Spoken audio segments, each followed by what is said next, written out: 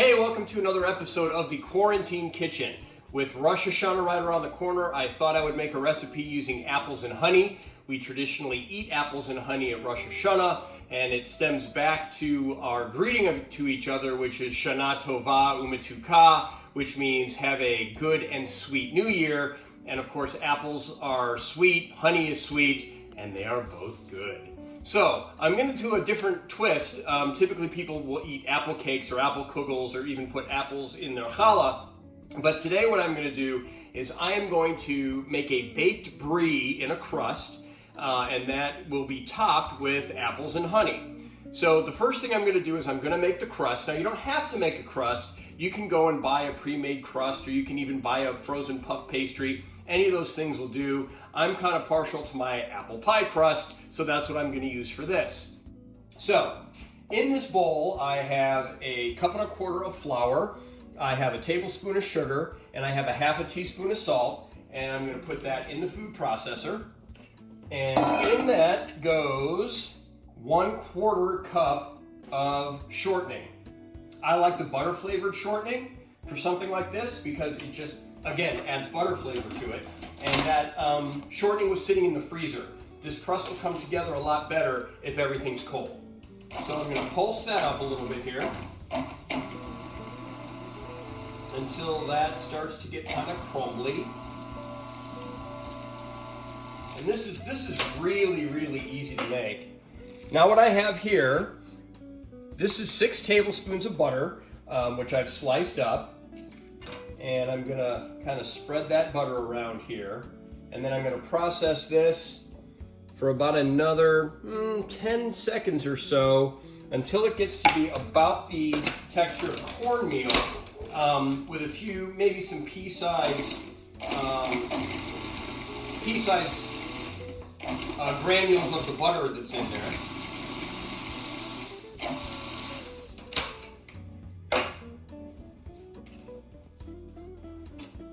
Yeah, and that's about right. It looks kind of sandy and grainy.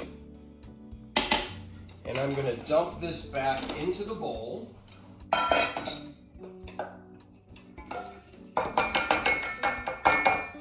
And to this, I'm going to add somewhere between 3 and 5 tablespoons of ice cold water. It just depends on how it comes together. Sometimes it's a little bit more, sometimes it's a little bit less. But I'm going to start with 3 tablespoons of water. And again, ice cold water. And I'm going to kind of mix that up with a spatula. And then push it against the side of the bowl and see if it starts to come together.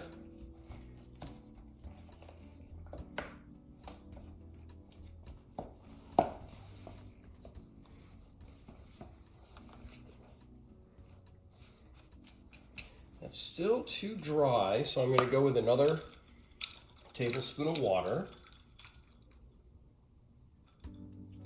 I have a feeling that's going to do it. It doesn't take much. Like I said, you can use any of your favorite pastry recipes. If you have a favorite pastry recipe, you can even buy the store-bought stuff. And that's starting to come together. So what I'm going to do, I'm going to dump this out onto the counter and just kind of work it a little bit until it comes together in a puck shape, which I will shape it. Yeah, that's good. And you can still kind of see there's little bits of butter in here, and that's okay because it will all melt together. But that came together really nice. And that's about the consistency you want. That is perfect. And I am now going to wrap that up. I had a piece of plastic sitting out here somewhere. But that's okay. I'm going to wrap this in plastic, and I'm going to put it in the refrigerator. I'm going to refrigerate it overnight. You really only need to refrigerate it for about an hour. And then after that, we will roll it out and make our apple topping, and we'll keep on rolling. And as you can see, I'm chopping up 2 apples here. It doesn't matter really what kind of apples you use. I typically, for an apple pie, will use a combination of Granny Smiths and something that's a little bit sweeter, because the Granny Smiths are going to be more firm and it's going to add some good texture.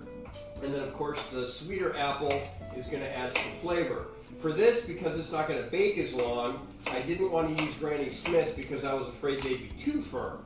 So this is just a couple of Fiji apples that I'm going to chop up and dice. And I'm going to put them in a bowl here. And I'm going to squeeze some lemon juice on them.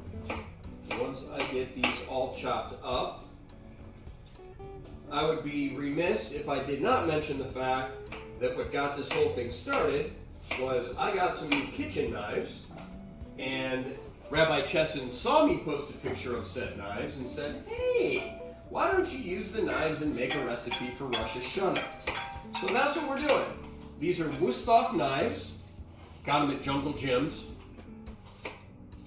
and they are sharp as all you know what. And as my grandfather used to say, nothing is besser than a sharper messer. That was Yiddish. I'm rolling my eyes. I heard you roll your eyes. That was pretty impressive, Rach. All right.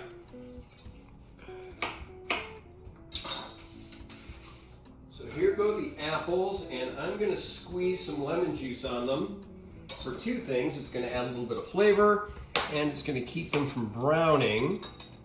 So just a squeeze. You don't need a lot. And I'll pull that seed out of there too, if my family's lucky.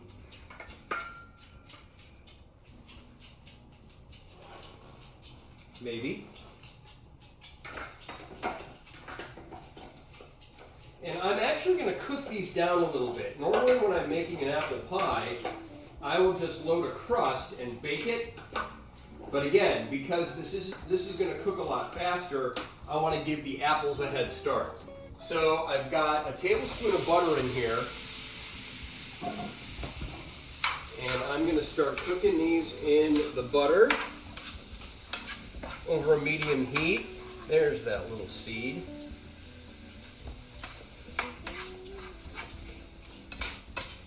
And we'll see if I need to add liquid to this. I may or may not. I'm going to sprinkle a little bit of cinnamon on that. Just cinnamon to taste. If you want, normally I would put some nutmeg and some other things in this if I was making an apple pie, but again, I don't want it to be too complex because I want the flavor of the Brie to show through.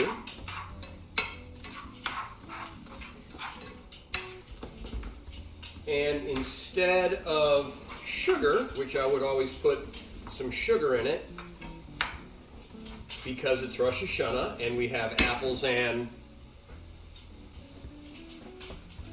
honey. Oh, honey. I'm going to use honey as a sweetener. Just a squeeze, maybe a tablespoon or so. That was or so. Yes, it was. Now, while this is cooking down,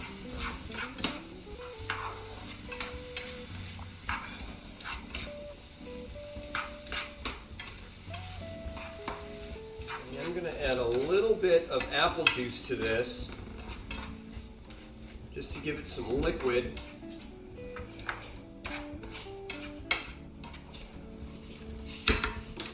And just maybe a tablespoon or so.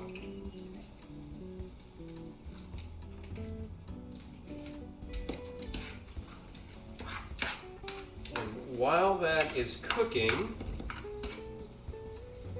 I'm going to roll out the pastry.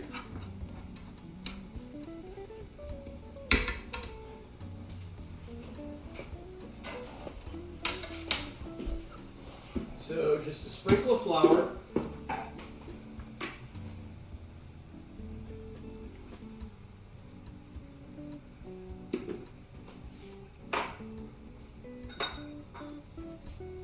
And this was the pastry puck I made yesterday.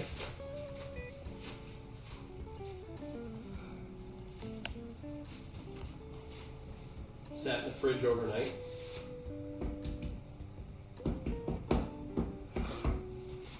And again, for a normal pie crust, I would try to roll this out to, I don't know, about 1/8 of an inch.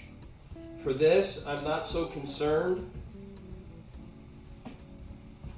that it gets that thin, because the piece of brie that I have is actually relatively small. In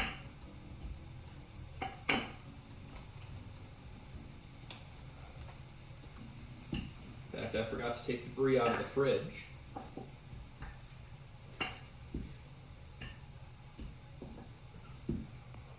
And I'm also not overly concerned about this thing being perfectly round either, because it's just going to kind of cover up the brie and the apples that I'm cooking. I kind of like that. I think that'll be good. It's uneven. That's okay. Thank you.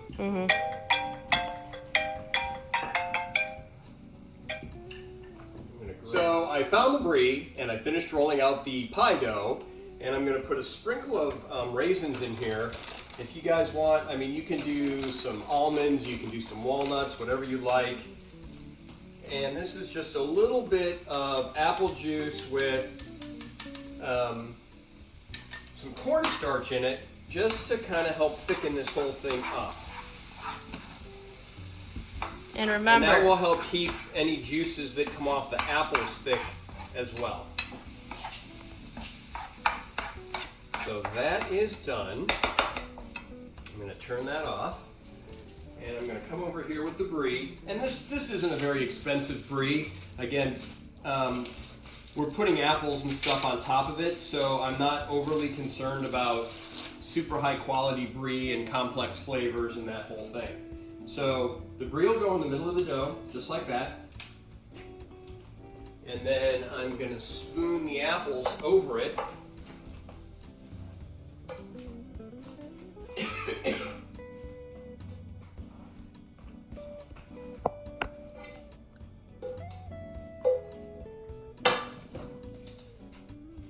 And now we're going to kind of fold this all on top of it.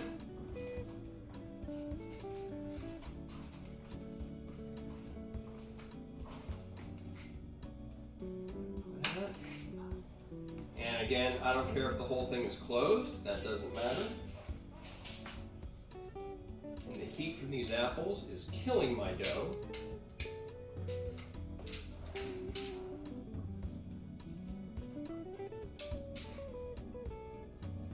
It's not the most beautiful thing in the whole world, but that's okay. And I've got an egg here, an egg white.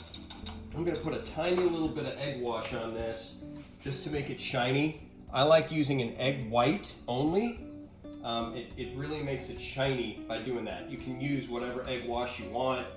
Some people use the whole egg. I just find that this will get a really nice color, and it's going to have a beautiful sheen to it. Not Charlie. Sheen. but at Dutch. Thanks. Mm-hmm.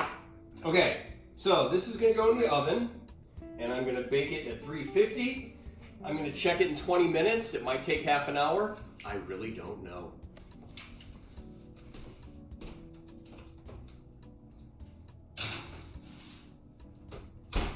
And we'll be back as soon as it's done. So the brie is done. It actually ended up baking for about 35 minutes at 350 degrees. And as you can see, I already took it out, took it off the pan and put it on a cheese board. And of course we have to use a cheese knife to cut it. Now before we do that, I am going to drizzle it really quick with another little drizzle of honey, just for added dramatic effect. Da, da, da, da. Because we don't have enough drama in our lives right now.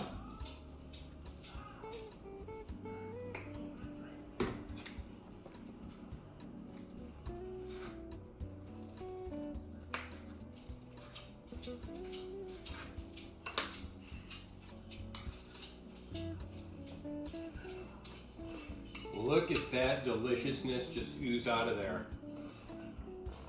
So that was it.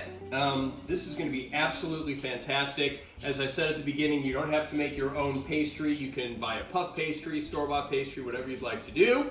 But that is my take on an apples and honey little appetizer for Rosh Hashanah.